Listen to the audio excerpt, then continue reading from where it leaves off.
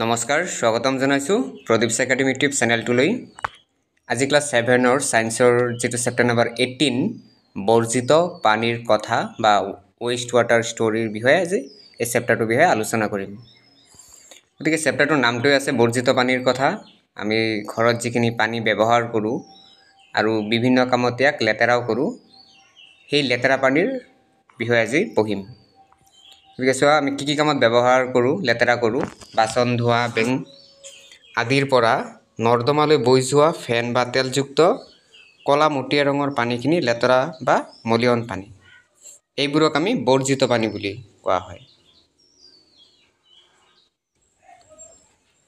ব্যৱহৃত এই পানীখিনি আমি অপচয় কৰা উচিত নহয় পানীখিনি মিলি থকা প্ৰদূষকবোৰ আঁতৰাই আমি এই পানীবোৰ পৰিষ্কাৰ কৰিব পাৰি আমি যিবোৰ লেতেৰা পানী ব্যৱহাৰ কৰো পানীখিনি ব্যৱহাৰ কৰাৰ পিছত যিখিনি পানী লেতেৰা হয় সেইখিনিও আকৌ আমি পৰিষ্কাৰ কৰি পুনৰবাৰ ব্যৱহাৰ কৰিব পাৰো এতিয়া এই মলিয়ন পানীখিনি কলৈ যায় আৰু পিছলৈ কি হয় তোমালোকে ভাবি চাইছানে আমি কেনেকৈ পৰিষ্কাৰ কৰিম এই চেপ্টাৰটোত বিশদভাৱে পিছত ডিসকাস কৰিম ইয়াত দিছে পানী আমাৰ জীৱন ৰক্ষক ওয়াটাৰ আৱাৰ লাইফ লাইন পানী কিয় জীৱন ৰক্ষক বুলি কৈছে সোৱা বিশুদ্ধ পানী মানৱ জীৱনৰ এক মৌলিক প্ৰয়োজন পৰিষ্কাৰ পানীৰ ব্যৱহাৰৰ বিষয়ে আমি মনতে চিন্তা কৰি চাও আহা ইয়াত কিছুমান ক্ৰিয়াকলাপ দিছে পানীৰ ব্যৱহাৰ আমি এটা ব্যৱহাৰ দিছে খোৱাৰ বাবে আমি ব্যৱহাৰ কৰো আৰু তিনটামান নিজে লিখিব দিছে কি কামত আমি পৰিষ্কাৰ পানী ব্যৱহাৰ কৰো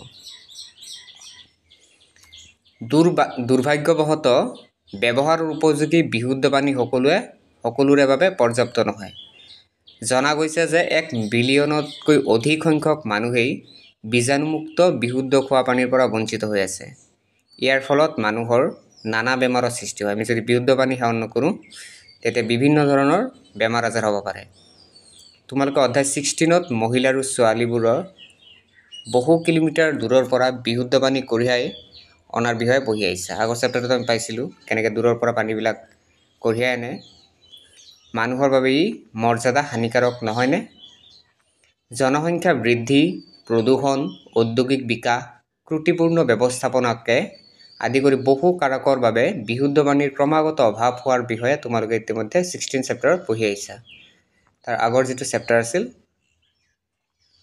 অৰণ্য চেপ্টাৰটো সেই চেপ্টাৰটোত আমি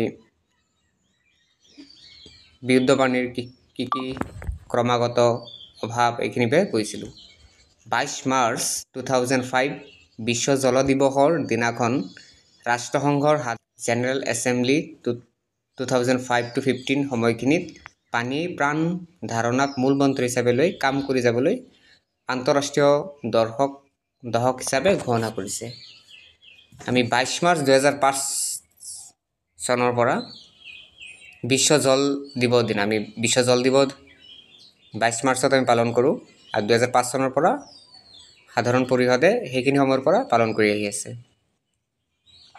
2005 ৰ পৰা 15 লৈকে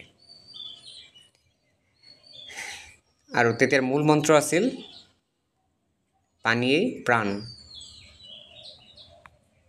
তে ব্যৱহাৰ কৰা বা জলাশয়ত জমা হোৱা আগতেই পানীখিনি পুনৰাই ব্যৱহাৰ কৰাৰ বাবে প্ৰদূষক মুক্ত কৰা প্ৰক্ৰিয়াটো হৈছে পানীৰ পৰিষ্কাৰকৰণ কৰা আমি ব্যৱহাৰ কৰাৰ আগত বা জলাশয়ত যিখিনি পানী লেতেৰা পানী জমা হৈ থাকে এইখিনিক প্ৰদূষণ মুক্ত কৰা যেটো প্ৰক্ৰিয়া সেই প্ৰক্ৰিয়াটোকে আমি পৰিষ্কাৰকৰণ বুলি কওঁ ক্লিনিং অফ ওয়াটাৰ বুলি কওঁ এইদৰে বৰ্জিত পানীক উপচাৰ কৰা প্ৰক্ৰিয়াটোক পুতিজল উপচাৰ বোলা হয় বা সেৱেজ ট্ৰিটমেন্ট বুলি কয় ই কেইবাটাও স্তৰত সম্পন্ন হয় পুতিজল উপচাৰ পদ্ধতি কেইবাটাও স্তৰত দিয়া আছে 2 নম্বৰ দিছে পুতিজল বা নলাৰে প্ৰবাহিত মলিয়ন বৰ্জিত পানী কি পুতিজল কাক কয় পুতিজল হ'ল ঘৰ উদ্যোগ চিকিৎসালয় কাৰ্যালয় বা যিকোনো আন উৎসৰ পৰা ওলাই অহা যিবিলাক বৰ্জিত পানী সেই পানীখিনিকে আমি পুতিজল বুলি কওঁ ধুমুহা বা ধাৰাসাৰ বৰষুণৰ সময়ত ৰাস্তাৰে বৈ অহা বৰষুণৰ পানীও এই পুতিজলৰ অন্তৰ্ভুক্ত ৰাস্তা আৰু ঘৰৰ মুধচৰ পৰা বাগৰি অহা বৰষুণৰ পানীও লগতে ইয়াত কিছুমান অপকাৰী পদাৰ্থও কঢ়িয়াই আনে গতিকে পুতিজল হৈছে এক জুলীয়া আৱৰ্জনা ইয়াৰ অধিকাংশ হৈছে পানী আৰু কিছুমান ঔষধি দ্ৰব্য উপঙি বা দ্ৰৱীভূত হৈ থাকে। এই ঔষধিবোৰকে দূষিত কাৰক বোলা হয়। যিখিনি লেতেৰাৰ পানীৰ সমষ্টিটোক আমি পুতিজল বুলি কওঁ, আৰু যিখিনি তাত ঔষধিবোৰ মিহলি হৈ থাকে সেইবোৰক আমি দূষিত কাৰক বুলি কওঁ, কণ্টামিনেণ্টছ বুলি কয়। ইয়াত এক্টিভিটি দিছে। পুতিজল এবিধ জটিল মিশ্ৰ, তাত গোটা জৈৱ আৰু অজৈৱ ঔষধি মিহলি হৈ আছে। কিছুমান বেক্টেৰিয়া থাকিব পাৰে। আৰু জৈৱ ঔষধিবিলাকৰ ভিতৰত মানুহৰ মল মূত্ৰ, ইয়াৰ পিছত বৰ্জিত পদাৰ্থ কি থাকিব পাৰে, তেল, ইউৰিয়া, কীটনাশক দ্ৰব্য, তৃণনাশক দ্ৰব্য, ফল মূল, পাচলি, পেলনীয়াৰ অংশ, এইবিলাক হ'ল জৈৱ ঔষধি। আৰু যদি অজৈৱ ঔষধিৰ কথা কোৱা হয় তেতিয়া আমি লিখিম নাইট্ৰেট, ফছফেট, বিভিন্ন মেটেল, এইবিলাকৰ বিষয়ে লিখি দিম। পোষক দ্ৰব্য বুলি ক'লে ফছফৰাছ, নাইট্ৰজেন, বেক্টেৰিয়া বুলি ক'লে কলেৰা, টাইফয়েড ৰোগৰ কাৰক, এইবিলাক লিখিম। আৰু আন আন অণুজীৱ, কিছুমান পানীত কিছুমান অণুজীৱ থাকে যিবিলাক আমাৰ ক্ষতি কৰে, ডায়েৰিয়া, ডিচেণ্ট্ৰি, এইবিলাক বেমাৰৰ সৃষ্টি কৰে। পিছৰ ইউনিটটো দিছে পানীৰ নিৰ্মলীকৰণ এক ঘটনাবহুল যাত্ৰা। পানী কেনেকৈ আমি নিৰ্মল কৰোঁ ইয়াৰ বিষয়ে দিছে। ইয়াত কিছুমান প্ৰচিডিউৰ দিছে। সাধাৰণতে ঘৰত বা ৰাজহুৱা ঠাইত এবিধ পাইপে পৰিষ্কাৰ পানী কঢ়িয়াই আনে আৰু তাত এবিধ বৰ্জিত মলিয়ন পানী বাহিৰলৈ উলিয়াই আনে। আমি যদি মাটিৰ ভিতৰ ভাগ দেখা পাওঁ বুলি কল্পনা কৰোঁ, তেন্তে আমি মাটিৰ কণা আৰু তৰপৰ মাজে মাজে সৰু আৰু ডাঙৰ কিছুমান নলাৰ সমষ্টি দেখা পাওঁ। এইবোৰ মলিয়ন পানী বোৱাই নিয়া নলী বা নৰ্দমা, যিবোৰ নলা গঠনৰ ব্যৱস্থা গঠন কৰে। ই এটা পৰিবহণ ব্যৱস্থাৰ দৰে যি উৎপত্তিস্থলৰ পৰা নিষ্কাশন কৰা স্থানলৈ অৰ্থাৎ উপচাৰ প্ৰকল্পলৈ মলিয়ন পানী পৰিবহণ কৰি নিয়ে। এনে প্ৰণালীত প্ৰতি 50 to 60 মিটাৰ ব্যৱধানত আৰু দুটা বা তাতোধিক মলিয়ন পানী কঢ়িয়াই নিয়া নলীৰ সংযোগস্থলত বা অথবা যি স্থলত নলীবোৰৰ দিশৰ পৰিৱৰ্তন হয় তাত মেনহল বা মানুহ সোমাব পৰা ঢাকনি থকা বাটৰ ব্যৱস্থা থাকে। এই লেতেৰা যিবিলাক পানী ওলায় মানুহৰ ঘৰৰ পৰা বা সেইবিলাক য'ত পানীখিনি বিশুদ্ধ কৰিব সেই প্ৰকল্পলৈ কঢ়িয়াই নিয়ে লেতেৰা পানীখিনি। ইয়াত এটা দূষিত কাৰক পদাৰ্থৰ জৰীপ এটা দিছে। তাত মলিয়ন পানীৰ প্ৰকাৰ দিছে কিছুমান। আৱৰ্জনাযুক্ত পানী ক'ৰ পৰা ওলাই আহে, পাকঘৰ, তাত দূষিত কাৰক কি থাকে লিখিব দিছে। আৱৰ্জনাযুক্ত দুৰ্গন্ধ পানী শৌচাগাৰৰ পৰা, কাৰখানা নিৰ্গত আৱৰ্জনা, এইবিলাকৰ বিষয়ে অলপ জৰীপ চলাব দিছে। এইখিনি নিজে কৰিবা। এতিয়া দিছে প্ৰথম এটা ইউনিট দিছে প্ৰদূষিত পানীৰ উপচাৰ। কেনেকৈ আমি প্ৰদূষিত পানীবিলাক থাকে তাক কেনেকৈ আমি উপচাৰ কৰিব পাৰোঁ। ইয়াত কিছুমান এক্টিভিটি দিয়া আছে। এটা ডাঙৰ কাচল বটল ল'ব দিছে আৰু তাত 3/4 পানীৰে পূৰ কৰিব দিছে।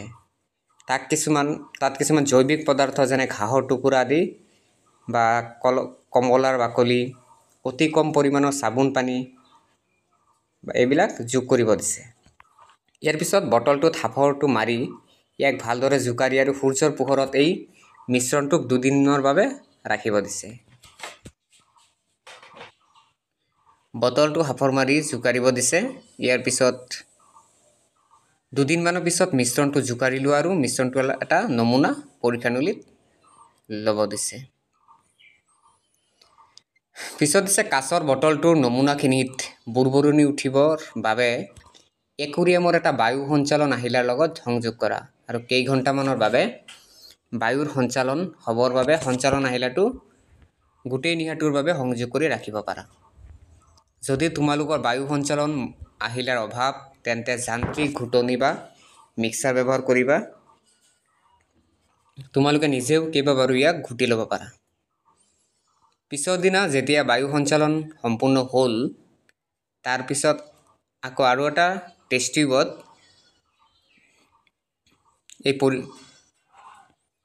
যিখিনি বায়ু সঞ্চালন সম্পূৰ্ণ হোৱাৰ নমুনাখিনি ঢালি ল'ব দিছে আৰু নাম দিব গৈছে নমুনা 2।